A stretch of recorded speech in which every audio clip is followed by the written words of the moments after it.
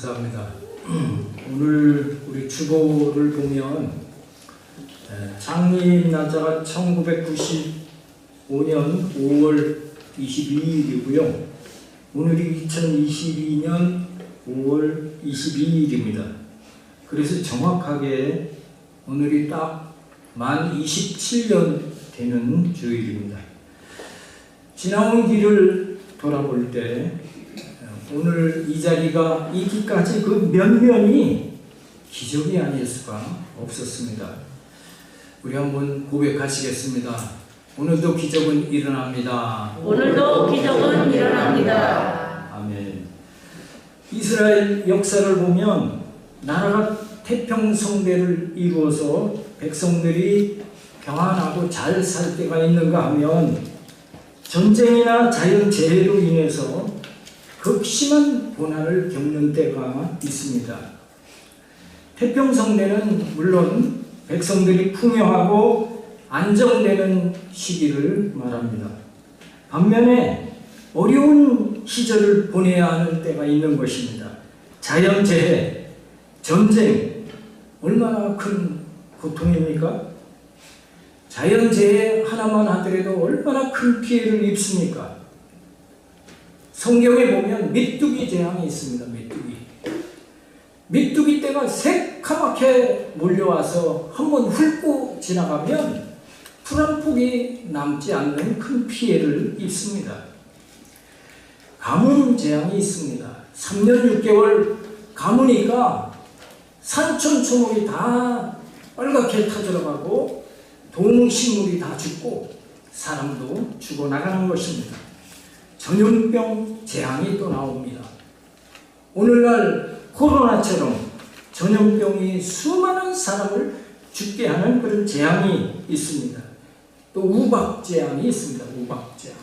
주먹만한 우박 덩어리들이 하늘에서 쏟아져서 사람과 가옥에 큰 피해를 입히고 짐승도 죽어나가고 농작물은 말할 수 없이 큰 피해를 보는 것입니다. 자연 재앙 그러면 홍수 재앙도 있고 지진 재앙도 있고 여러 가지 재앙들이 있는 것입니다. 근데 정말 무서운 재앙이 있습니다. 전쟁 재앙입니다. 강대국들이 침략을 하면 수많은 젊은 사람들 또 양민들이 학살을 당하고 재산을 약탈을 당하고 포로로 잡혀가면 죽을 때까지 종살이 하는 것이 전쟁의 비극인 것입니다. 지금 우크라이나에서 전쟁이 벌어지고 있는데 그것으로 인한 비극은 상상을 초월하는 일인 것입니다. 전 세계에 또 파급이 엄청 크게 미치고 있는 것입니다. 이와 같이 이스라엘이 성경을 통해서 자연재해로 인해서 전쟁으로 인해서 극도로 고통에 처하는 때가 종종 등장합니다. 구약의 역사에 태평성대가 있는가 하면 이와 같이 재앙이 있었습니다. 그런데 이 태평성대와 재앙이라고 하는 것이 계속해서 사이클을 이루고 있습니다. 그럼 언제 태평성대가 있고 언제 이스라엘에 그런 고난이 있었느냐 하면 나라에 좋은 지도자가 나와서 하나님을 잘 섬길 때에는 나라가 부강하고 백성들이 잘 살았습니다. 근데 나라 지도자가 잘못 세워져서 우상을 섬기고 또 이방 신을 섬기면서 하나님을 멀리하면 하나님의 진노가 임하여서 이와 같은 자연재해로 엄청난 고통을 당하고 이와 같은 주변 강대국의 침략을 받아서 고통을 당하게 되어지는 것입니다. 오늘 본문 말씀에도 블레셋이 등장합니다. 원수입니다. 이스라엘의 영원한 원수 블레셋의 지배를 받고 있는 것입니다. 그런데 왜 블레셋에게 원수에게 이렇게 이스라엘이 고통을 당하게 될까요? 바로 이스라엘 백성들이 이방신과 아스다로 신을 섬기다가 하나님의 진노함을 받아서 블레셋의 침략을 받고 지배를 받게 된 것입니다. 이런 상황에서 선지자 사무엘이 분명히 일어나서 백성들에게 선포합니다. 백성들이여 이방신을 버리고 하나님께 돌아오라. 그리하면 하나님께서 우리를 블레셋으로부터 건져내실 것이다 하고 외친 것입니다. 이것은 개인이나 민족이나 교회나 똑같이 적용되는 말씀인 것입니다. 우리나라 근세사만 보더라도 1919년 한일 합방 이후로부터 일제의 강점을 당하고 36년 동안 수탈을 당했습니다.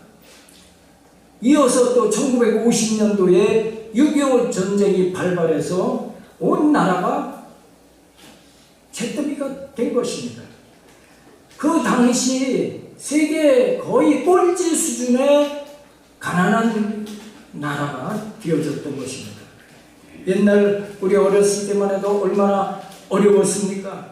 여기 연세 드신 분들은 다 그 어려움을 다 겪으셨지 않습니까?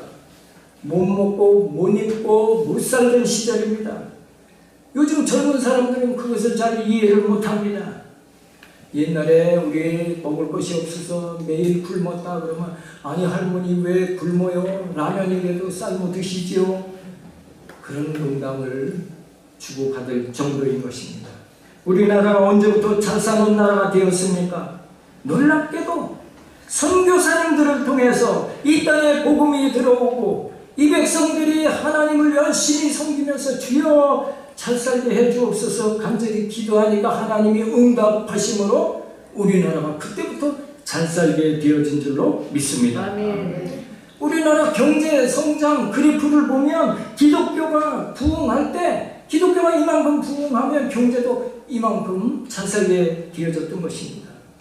지금부터 6, 70년 전만 해도 집에 자전거 한 대 있으면 그 집은 동네의 부자였습니다. 심지어 한 동네에 라디오 있는 집이 한 집, 두 집 꼽을 정도였던 것입니다. 저는 어렸을 때 라디오가 참 신기하더라고요. 라디오 속에 조그만 사람들이 살고 있는 줄 알았습니다. 어른들이 또 그렇게 말해요. 얘야, 이 라디오 안에 조그만 사람들이 살고 있어. 그래서 소리가 나는 거야. 저는 얼마나 순진했는지 그대로 믿었어요. 한참 뒤에 텔레비가 나왔는데 얼마나 귀했습니까? 텔레비 한 대 있으면 그 집도 역시 동네의 부자였던 것입니다. 레슬링 경기가 있으면 온 동네 사람들이 다 그 집에 몰려와서 구경하던 그런 시절이 있었던 것입니다. 그때는 국산 TV가 어디 있습니까? 당시는 일제 소니 TV가 제일 좋았어요. 근데 우리나라는 TV조차 만들지 못하던 그런 나라였습니다. 저는 우리나라는 뭐 평생을 통해서 TV 한 대 못 만드는 그런 나라인 줄 알았는데 얼마나 기적입니까? 지금 삼성전자 또 LG전자 지금 TV 만드는 건 둘째치고 소니 뭐 일제 다 추월해서 지금은 세계 제1의 그런 그 TV 또 가전제품 그런 나라가 된 것입니다. 조 바이든 대통령이 엊그제 평택에 삼성전자 그 공장을 반도체 공장을 찾아갔는데 세계 방영이 됐습니다. 이렇게 지금 반도체로 세계 제1의 국가가 지금 되어 있는 것입니다. 이 결과는 무엇입니까? 복음이 이 땅에 들어온 결과인 줄로 믿습니다. 아멘. 자원도 없었습니다. 자본도 없었습니다. 또 배운 것도 없었습니다. 그런 가난한 나라였는데 비결이 바로 기독교에 있었던 것입니다. 아멘. 세계 역사를 보면 우리나라처럼 기독교의 대부흥을 이룬 나라가 없습니다. 짧은 기간 안에. 그 짧은 기간 안에 기독교가 대부흥을 이뤘던 것처럼 경제도 대성장을 하게 된 것을 믿게 하시기를 예수님의 이름으로 축복합니다. 아멘. 예수님을 잘 믿으니까 기적적으로 지금 우리나라는 그렇게 가난한 나라가 세계 10대 강국이 되어진 것입니다. 우리 개인도 마찬가지입니다. 사업이 망해서 파산을 당하고 질병으로 온몸이 망가지고 문제가 있어서 절망에 처할 일이 생길지라도 믿는 사람에게는 아직 망한 게 아닌 것을 믿게 되시기를 바랍니다. 아멘. 하나님께 나오면 사는 일이 있는 것입니다. 저는 젊어서 쭉 직장 생활을 했는데요. 월급은 괜찮았습니다. 근데 승진이 잘 안 됐습니다. 계장까지는 남들보다 정말 앞서서 승진을 했는데 과장 승진 앞에서 딱 막혀버렸습니다. 같은 직급에 있는 사람이 먼저 과장 진급을 했는데 나를 딴 파트로 보내든지 아니면 그 사람을 딴 파트로 보내든지 그게 원칙인데 그 사람과 나를 한꺼번에 같이 놓은 겁니다. 근데 그분이 과장 승진을 하더니 얼굴이 싹 바뀐 것입니다. 나보고 조계장 이리 와서 업무 보고해. 또 그리고 일일이 지시를 하는 것입니다. 정말 견디기 힘들었습니다. 그때 제가 생각하기에는 아니 내가 일도 잘하고 학벌도 내가 좋고 여건이 저 사람보다 다 좋은데 왜 내가 저 사람 지시를 받아야 되고 너무 이 굴욕적인 그런 마음이 컸던 것입니다. 근데 그 사람은 오너 사장님하고 아주 가까운 관계에 있었던 사람인 것입니다. 견디다 못해서 10수년 다닌 회사를 사직을 하고 다른 회사로 자리를 옮겼는데 불행하게도 그 회사가 얼마 되지 않아서 문을 닫아버리고 말았습니다. 졸지에 실업자가 됐습니다. 그때 집사람은 여의도교회 구역장이었습니다. 집사람 손에 이끌려서 겨우겨우 교회를 다니다가 어느 날 큰 은혜를 받고 제가 변화되어집니다. 그래서 6개월 만에 얼마나 변화됐는지 구역장 직분을 주더라고요.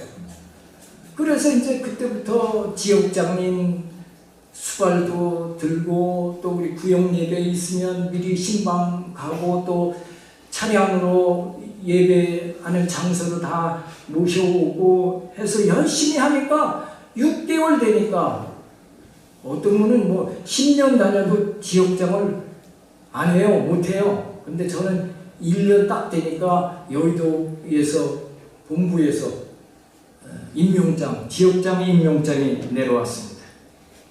교회 유례가 없는 그런 지역장으로 임명을 받고 너무 변화되고 열심히 하니까 우리 교부장님이 조 집사님 신학하셔야 되겠습니다. 그래서 제가 신학을 하게 된 것입니다. 그때 당시 일반대 졸업한 사람에게는 3년짜리 신학대학원 코스가 있었습니다. 그래서 그 대학원에 들어가서 그 졸업을 하게 됐는데 그 3년 신학대학원은 사실은 여의도 교역자 양성하는 기관이었습니다. 왜냐하면 교회가 막 계속 부흥하니까 계속 사역자가 필요한데 여의도에 맞는 교역자를 양성하기 위해서 대학원을 만들고 또 여의도 교회 성도들을 통해서 이렇게 배출을 하는 거였습니다. 그래서 이 여의도 교회 이 대학원 졸업해서 여의도 교회에서 부교역자로 평안하게 목회하면 그것도 운이겠다 그렇게 생각을 했는데 근데 제가 석관동 살았었는데요. 성북구 석관동에 살았었는데 그곳에 한 여자 전도사님이 여기 파주까지 와서 교회를 저쪽 길 건너 거기 지하실에 한 조그만 평수에 개척을 해놓은 겁니다. 십자가를 세워놓고 교회 강대상을 들여놓고 장의자를 다 준비를 해놓는데 자신이 없어요. 개척할 자신이 없는 겁니다. 그래서 후임자를 찾는다는 말을 들었을 때 제 가슴이 막 쿵쾅쿵쾅 뛰는 겁니다. 저는 그때 아직 신학교 3학년 이제 졸업반 재직 학생이었는데 그 소리를 듣고 가슴이 쿵쾅거려서 와 보니까 이곳이 너의 사역지다. 그런 하나님께서 마음을 주셔가지고 그래서 그 교회를 제가 인수를 하고 창립 예배를 드린 게 지금부터 27년 전의 일이었던 것입니다. 하나님께서 어려움을 겪게 하시면 어떻게 돼요? 두 손 들 수밖에 없습니다. 주여, 제 힘으로 못합니다. 안 됩니다. 주여, 기도하면 하나님께서 또 새로운 길을 열어주셔서 좋은 일이 있게 하신 줄로 믿습니다. 아멘. 그래서 또 이제 좋은 일을 통해서 또 잘 나가면 또 어려운 일이 또 닥쳐요. 그럼 또 손들면 또 하나님께서 좋은 길을 열어주시는 것입니다. 세계적으로 쓰임받은 조용기 목사님, 폐병으로 고등학생 때 죽음의 문턱까지 갔던 분입니다. 각혈을 하고 몸은 바싹 마르고 거의 이제 죽은 상태가 되어서 이제 뭐 한 몇 시간 후면 완전히 숨 떨어질 것으로 생각하고 그 마루 밑에 그 공당 있죠, 공당. 거기에다가 거적대기를 깔아놓고 거기다 눕혀놓은 거예요. 거적대기 덮어놨습니다. 이제 숨만 끊어지면 리어커에 싣고 가서 장례를 치를 그런 상황이었던 것입니다. 고비 깊으면 산이 높은 줄로 믿습니다. 고통이 크고 힘든 역경을 겪으면 겪을수록 하나님께서 그 사람을 크게 쓰시는 줄로 믿습니다. 교회나 개인이나 나라도 마찬가지인 것입니다. 제가 전도사가 되어서 아직 신학생을 졸업을 못했기 때문에 전도사 임명을 못 받습니다. 그래서 전도인으로 이제 개척을 했는데 성도들이 모이더라고요. 제가 막 그냥 열심히 막 했더니 성도들이 좀 모여서 어느 정도 성도들이 모이니까 주변의 목사님들이 전도사가 아주 목회를 잘하네 막 칭찬 소리도 좀 들었습니다. 근데 저쪽에서 이제 목회하면서 꿈은 항상 이쪽에 있었습니다. 중앙에. 너무 저쪽은 변방이기 때문에 중심지로 좀 가야 되겠다 하는 그런 마음 갖고 또 기도하고 있는 중에 보니까 건물이 막 올라가는 게 보여요. 와서 보니까 또 가슴이 막 쿵쾅쿵쾅 거리는 겁니다. 하나님이 이곳으로 이제 교회 이전을 하시라는구나. 돈도 없는데 성령님께서 마음에 감동을 주셔서 그때 당시에 아파트가 이제 전세를 놓고 왔는데 뭐 금액 차이는 팔아도 큰 돈은 남질 않죠. 어쨌든 팔아서 보증금 8천만 원에 빚도 좀 더해서 월세 80만 원짜리. 그래서 집 팔고 빚 내서 이 건물 5층으로 들어온 것입니다. 와서 보니까 이곳에 지금 여기 성원 아파트 있죠? 그리고 이 주변에 아파트가 좀 있죠? 환경이 저쪽보다 너무 좋은 것입니다. 근데 사람의 생각과는 다르게 오히려 성도 수가 팍 줄어버렸어요. 분쟁이 안에서 있어가지고. 그래서 또 설상가상으로 이 새 건물인데 이 건물이 이 임대가 안 되니까 건물주가 공사비를 못 대서 그냥 부도가 나고 말았어요. 그래서 경매가 들어가서 1차 경매, 2차 경매, 3차 경매까지 지금 왔습니다. 사람들이 1차, 2차 때는 조금 비싸지만 자꾸 값이 떨어지니까 3차 경매가 되니까 관심을 갖고 막 와서 저한테 물어보는 거예요. 물어볼 사람 없으니까. 여기 뭐 세를 놓으면 얼마나 받겠습니까? 뭐 그렇게 지금 찾아오니까 누군가 이제 3차에서는 이 낙찰 받을 게 분명합니다. 그러면 낙찰 받으면 새 주인이 와서 당신 나가시오. 그러면 빈손 들고 나가야 되는 것입니다. 3차 경매일이 가까이 오는데 이제 저는 다 이제 포기할 수밖에 없었습니다. 수중에 돈이 없으니까.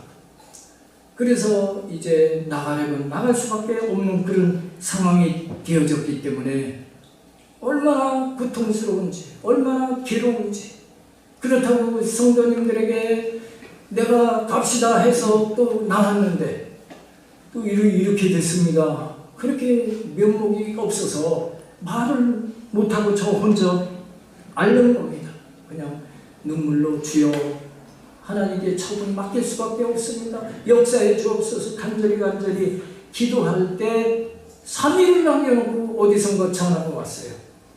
여보세요? 그랬더니 여기 부동산 컨설팅입니다. 그때 제 전도사니까 전도사님이 그 건물 사십시오 하는 거예요. 아니 저는 돈이 없어서 살 수가 없습니다 했더니 낙찰을 받을 때 법원에 10%만 계약금으로 내면 된대요. 낙찰 참가 자격이. 그러면 10억짜리 건물이면 1억만 준비하면 이제 낙찰이 내 이름으로 떨어지면 나머지는 은행에서 잔금을 처리하겠습니다. 그렇게 연락이 온 거예요. 그래도 뭐 돈이 없는 거죠. 계산을 해보니까 8천만 원 정도 있으면 이 입찰에 참여할 수 있고 또 그 뭐 취득세라든가 이런 거 많이 있잖아요. 그리고 비용 다 계산하면 한 8천 정도 있어야 되겠더라고요. 그래도 저는 손 놓고 있었는데 지금 소천하신 우리 작은 아버님 얼마 전에 소천하셨죠? 전화가 왔어요. 내가 돈이 좀 있는데 어디 투자할 때 좀 없을까? 전화가 왔어요. 그래, 여기 투자할 때 좋은 데 있습니다. 그래서 얼마가 필요한데, 그래서 8천만 원 필요해요. 그랬더니, 딱 8천만 원이 있으시대. 그래서 8천만 원을 그 다음날 붙여서 컨설팅하면 빨리 연락해갖고, 법원에 가서 신청을 해서, 그때 또 갔는데 12명이나 그 입찰을 했어요. 12명이나. 그리고 12대 1이 된 것입니다. 그 금액을 이제 써놓았는데 12명 중에 그래도 제가 1등으로 돼서 저에게 낙찰이 되어졌습니다. 그래서 작은 아버님 반텀, 제가 반텀해서 이 건물을 인수하게 됐고 오늘의 이룬 것이 된 것입니다. 저는 이 건물 볼 때마다 우리 작은 아버님 지금 천국에 가셨는데 작은 아버님께 감사하고 또 우리 작은 어머니 저 맨 뒤에 앉아 계신데 작은 어머니도 이렇게 감사한 마음 항상 갖고 있습니다. 그 매월 월세를 받아서 이제 은행에 대출이자 내고 또 1년에 세금 뭐 한 800만 원 정도 나오고 또 다른 뭐 부가세 뭐 이런 거 하면 한 1000만 원 정도 나오는데 그거 다 이렇게 빡빡하지만 잘 지금 이끌어 가고 있습니다. 25년 동안 누가 당신 이사 가시오 그런 말 하는 사람은 없습니다. 월세 올리시오 그런 말 하는 사람은 없습니다. 그래서 하나님께 감사하면서 또 이렇게 사역을 하고 있는데요. 우리에게 아무리 절망스러운 일이 있다고 할지라도 하나님께서는 우리에게 피할 길을 내시고 우리에게 기도하게 하셔서 그 길로 이끄시는 것을 믿게 되시기를 축복합니다. 아멘. 제가 10년 전에 이 뱃속에 뭐가 이렇게 지금 만져지는 게 있어요. 그때 저는 볼링을 좀 좋아했어요. 볼링. 그래서 볼링을 일주일에 한 번씩 꼭 가서 운동을 했는데 병원에 가서 내시경 검사를 하면 깨끗해요. 위가. 근데 이게 뱃속에 뭐가 만져지는 게 있는데 여기 뭐 어느 내과라고 말씀 안 드리겠는데 가서 여기 누구라고 해서 누웠더니 만져보더니 그 근육입니다. 그래. 걱정할 거 없습니다. 저는 그래서 볼링하면 배 근육이 좀 튼튼해지나 보다 그렇게 생각을 했는데 몇 년 더 지나고 보니까 자꾸 커지는 것 같아요. 그래서 큰 병원에 갔더니 위암으로 나왔습니다. 근데 위가 있으면 위 밖에 이렇게 붙어 있는 거예요. 위 밖에. 그래서 이걸 저는 싹 도려내는 줄 알았어요. 수술한다고 해서. 근데 그게 아니고 완전히 잘라내는 겁니다. 그래서 배를 열어보니까 쓸개도 이렇게 커 있고 막 부어 있습니다. 그래서 쓸개하고 위를 절제를 했는데 이제 떼어놨어요. 수술 마취해서 떼어놨는데 의사 선생님이 아이고 그냥 아이 머리통만하게 이렇게 커져 있는 거를 꺼내냈다고 그렇게 말씀하시더라고요. 대수술이었지만 위기였지만 하나님께서 낫게 하셔서 오늘 지금 11년째인가요? 11년째 지금 돼가고 있습니다. 완치되어졌다고 5년 전에 그렇게 판정을 받았습니다. 저는 수술하면서 왜 주의 종에게 이런 일이 있을까 좀 의문이었습니다. 그러다가 히브리서 4장 15절 말씀에 예수님은 우리의 연약함을 치유하시는 분이다. 그 말씀에 제가 은혜를 받은 것입니다. 치유이라는 단어는 내가 이만큼 아프면 예수님도 그만큼 아프신 것이 치유인 것입니다. 그래서 그 말씀을 통해서 예수님도 치유를 하셨듯이 주의 종도 치유를 하면 성도들이 아픈 것을 그만큼 치유를 하겠구나. 그런 은혜를 제가 받고 의문에 대한 해답을 찾은 적이 있습니다. 우리에게 있는 일은 괜한 일이 하나도 없는 줄로 믿습니다. 오늘 에베네셀 하나님이시라 하셨는데 에베네셀의 뜻은 무엇입니까? 하나님이 여기까지 우리를 도우셨다 하는 그런 뜻인 것입니다. 우리 교회 창립 27주년 돌아보면 좋은 일도 많이 있었고 또 위기도 많이 있었지만 한결같이 엄청난 위기는 전부 다 그것이 기회였던 것을 믿게 되시기를 바랍니다. 아멘. 우리나라도 지금 전쟁으로 인해서 물가가 막 계속 치솟고 있죠. 원유가 또 식료품가 공산물 가격 전부 지금 막 위기다 그러는데 우리나라는 또 기도가 있으니까 위기가 기회가 될 줄로 믿습니다. 아멘. 우리 사무엘상 7장 4절과 5절을 한번 합독하도록 하겠습니다.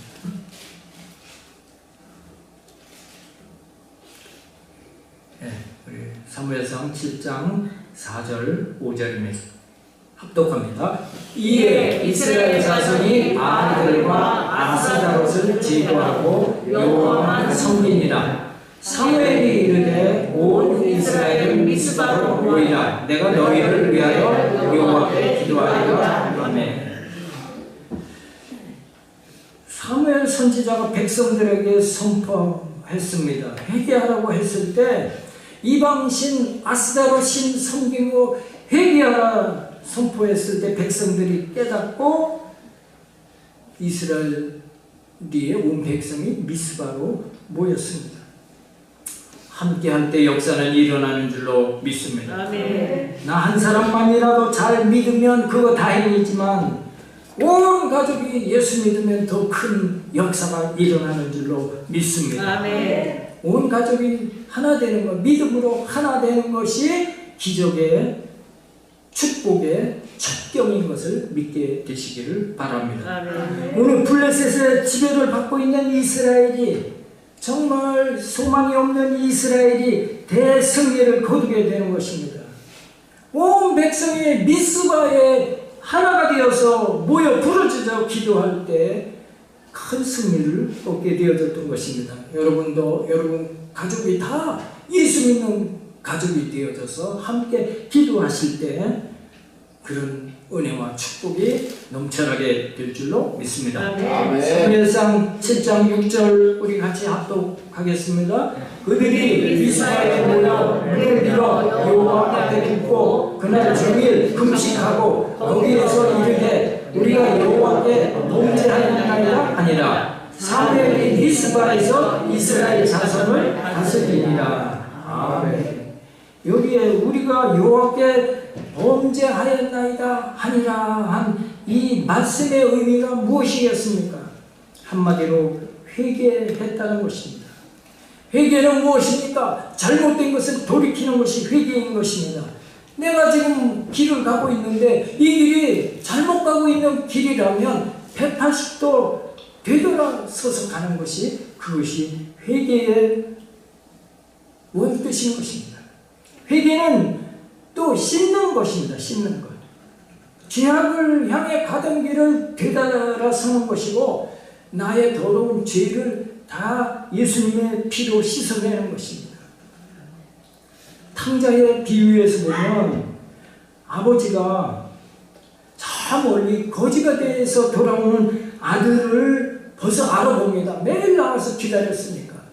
이놈은 못된 놈입니다.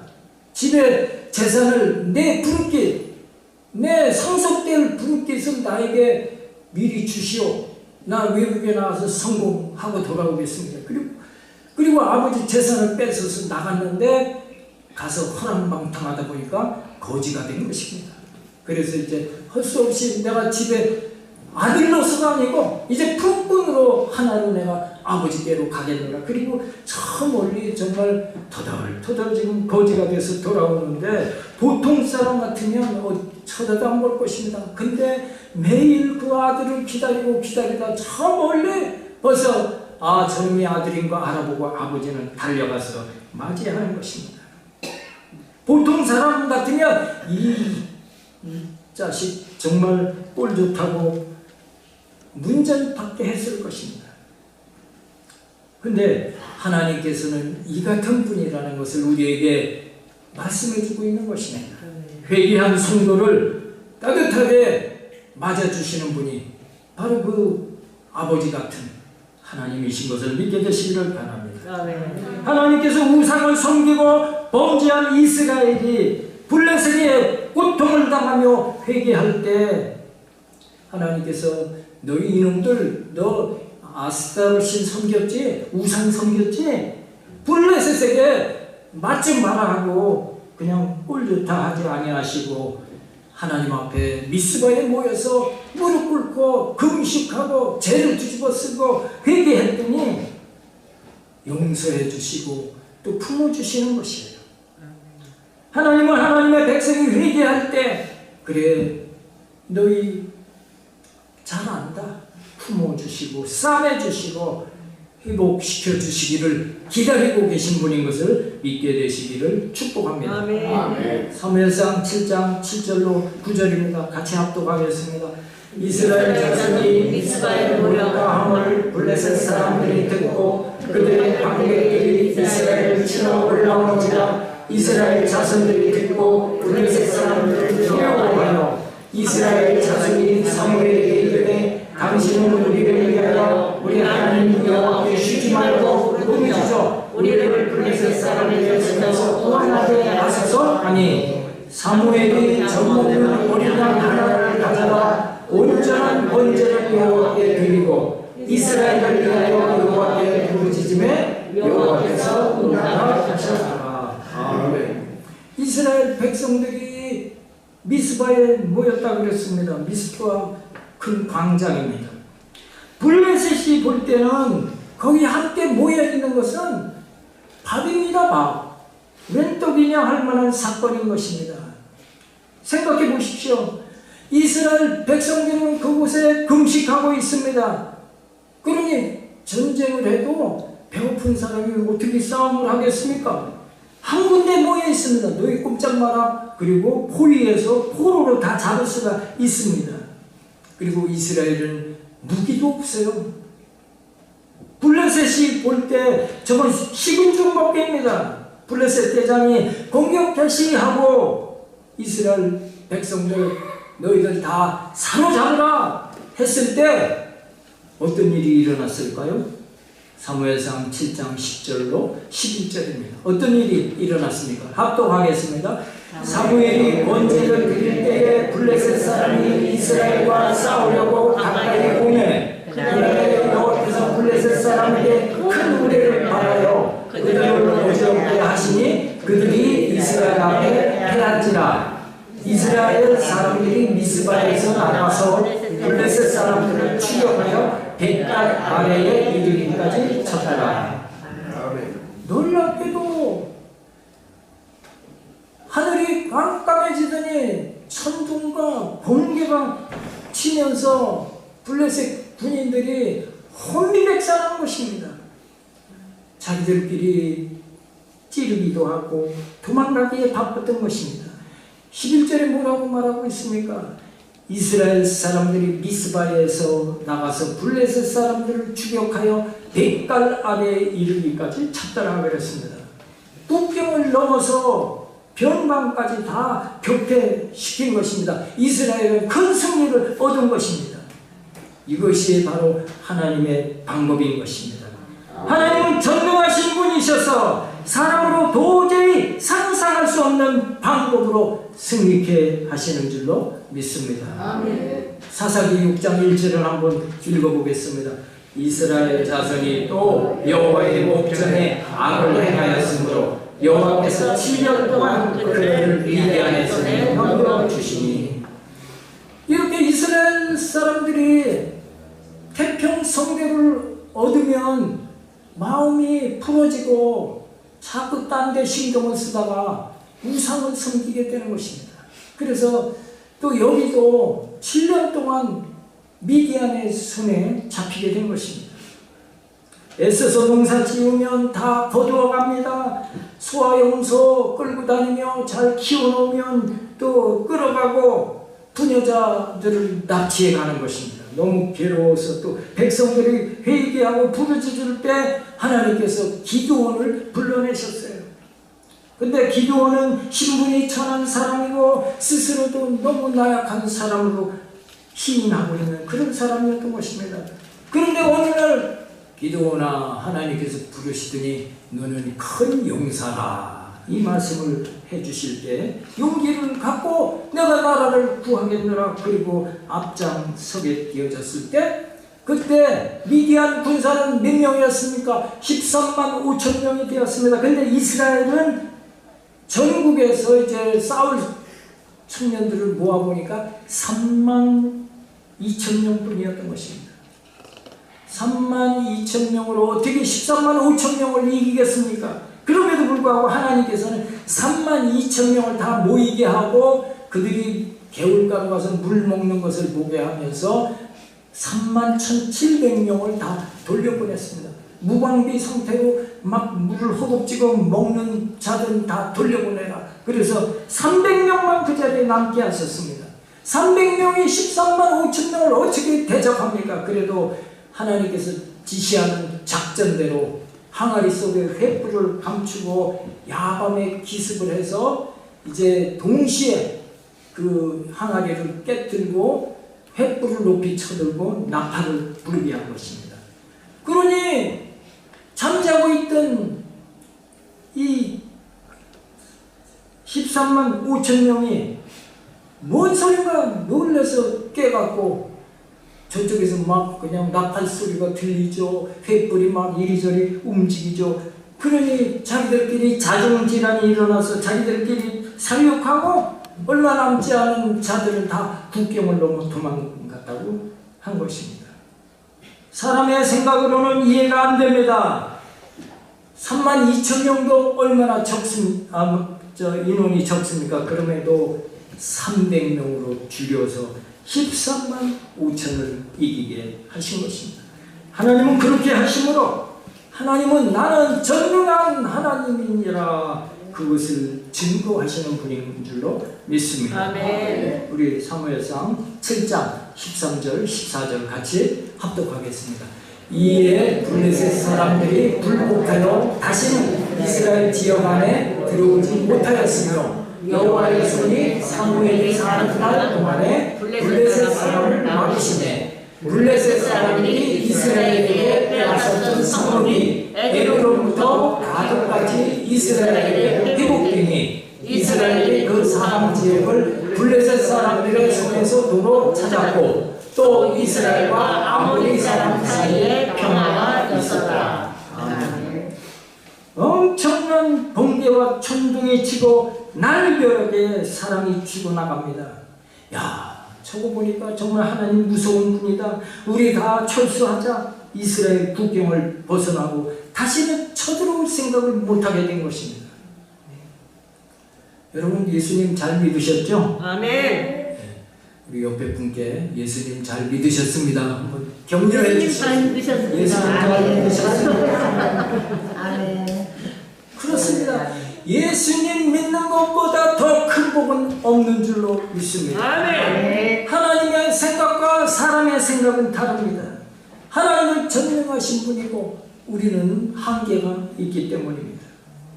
하나님께서 우리에게 놀라운 능력을 행하게 하시고 하나님 영광 받으시는 줄로 믿습니다. 아멘. 오늘 사무엘이 하나님의 놀라운 미스바의 기적을 체험하고 하나님께 영광을 돌리게 됩니다. 사무엘상 7장 12절입니다. 같이 합독합니다. 사무엘이 돌을 취하여 미스바와 센 사이에 세워 이르되 여호와께서 여기까지 우리를 도우셨다 하고 그 이름을 에베네셀이라 하니라. 아멘. 이스라엘 백성들이 40년 광야길을 마치고 이제 마지막 요단강을 건너서 가나안 땅을 들어가게 되어질 때 제사장들이 먼저 법궤를 메고 그 물속에 걸어 들어갈 때 그 미리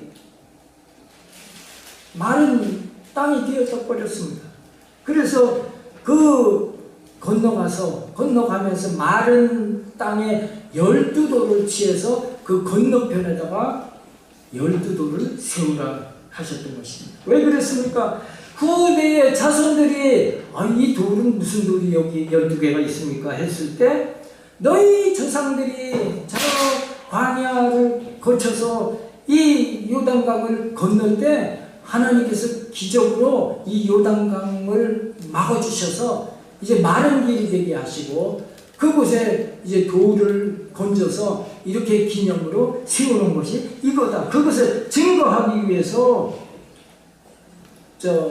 이 다음에 이제 후손들에게 설명할 수 있게 하기 위해서 이거 눈으로 보는 것보다 만지는 것, 또 듣는 것보다 보는 것이 더 효과 있는 교육이잖아요. 그겁니다. 그래서 마른 강바닥에서 큰 열도를 꺼내서 세운 것이라고 후대에 전할 수 있게 하기, 간증하기 위해 세우는 것이라 그랬습니다. 지금 여기서도 여호와께서 여기를 도우셨다 하고 그 이름을 에베네셀이라 했는데 사무엘에게 돌을 취해서 미스바와 센 사이에 여기에 세우라고 한 것입니다. 에베네셀 뜻이 하나님께서 여기까지 우리를 도우셨다. 그 뜻인데 바로 이것을 보면 하나님이 우리를 이렇게 도우셨다는 기념비가 되는 것입니다. 우리 교회도 뒤돌아볼 때 또 여러분 개인도 그러실 겁니다. 하나님께서 여기까지 우리를 도우셨다고 고백하지 않을 수 없는 것입니다.